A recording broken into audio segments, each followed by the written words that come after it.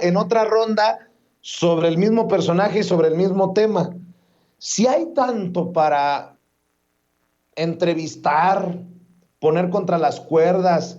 arrinconar a Felipe Calderón, ¿por qué, por qué los periodistas de élite, por qué los medios de comunicación corporativos, cuando presentan a Felipe Calderón, lo apapachan, se le tiran al piso? ¿Cómo? O sea, es que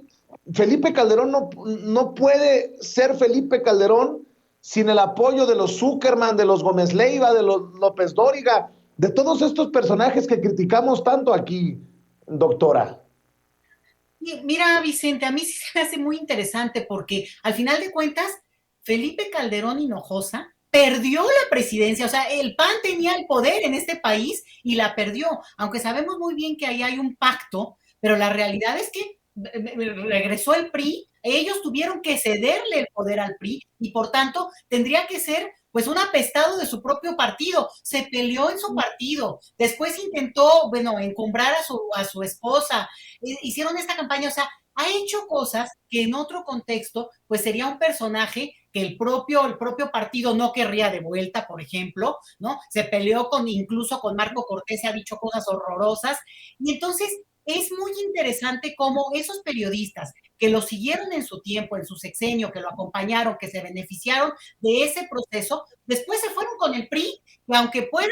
ser aliados, pues sí son grupos diferentes en el sentido de, bueno, ocupar los cargos públicos, ocupar, digo, incluso la narrativa, esta narrativa con la que regresó en su momento al PRI de que ellos sí sabían cómo, ¿no? Ellos sí sabían cómo, pero robar. Pero aquí el punto es que Felipe Calderón destrozó el propio PAN, lo dejó desangrado. Entonces, no se entiende cómo de repente le salen defensores y le salen defensores no solo de su partido, sino de repente personas incluso tienen amnesia y que en su momento apoyaron a Margarita Zavala, y ni tanto, ¿eh? Porque tan es así que ella se tuvo que retirar de la campaña cuando iba ya casi al final, en esta calidad de independiente, y que no se nos olvide una cosa, se gastaron millones de pesos en esa campaña de Margarita, que al final de cuentas no se supo además en qué quedó el recurso que tendría que haber regresado.